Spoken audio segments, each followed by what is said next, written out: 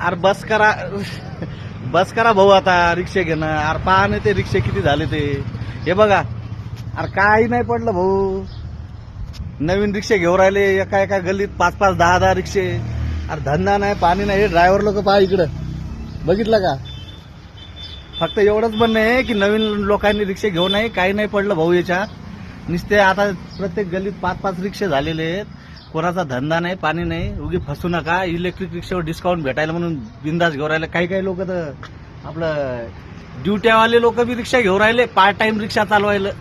अरे काय आहे मग आता त्याने असे सगळे प्रत्येक घरी जर रिक्षा झाल्यावर मग धंदे कसे व्हायचे? ऐक ना भाऊ, किती धंदा होता तुला?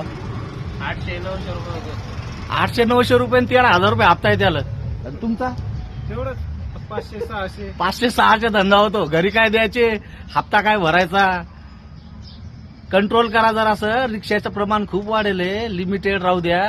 बाकीचे म्हणजे कसं आहे, उगी फसू नका रिक्षा घेऊन. लोक उद्दिष्ट म्हणतात. तुम्हाला जर समजा एन्जॉय म्हणून, टाइमपास म्हणून रिक्षा घ्यायचा तर घेऊन टाका.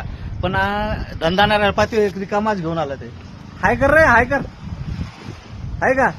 काही नाही पाहिजे. इथून तिथून जिथं एक रिक्षा येत नव्हता, हरसिद्धी कमळापूर साईडला, तिथं कमीत कमी 15 ते 20 रिक्षे. 15 ते 20 रिक्षे. जास्त 15 ते 20 नाही, जास्त असतील. 50-1 तर आपल्या एरियात असतील हो. पण असे रोडवर चालणारे. म्हणून म्हणतो कंट्रोल करा, कोणाचं ऐकू नका. हाय ते धंदा करू द्या थोडाफार, पोटा पाण्यापुरता. खाऊन पिऊन सुखी आहे फक्त, बाकी काही नाही धंदा. धन्यवाद.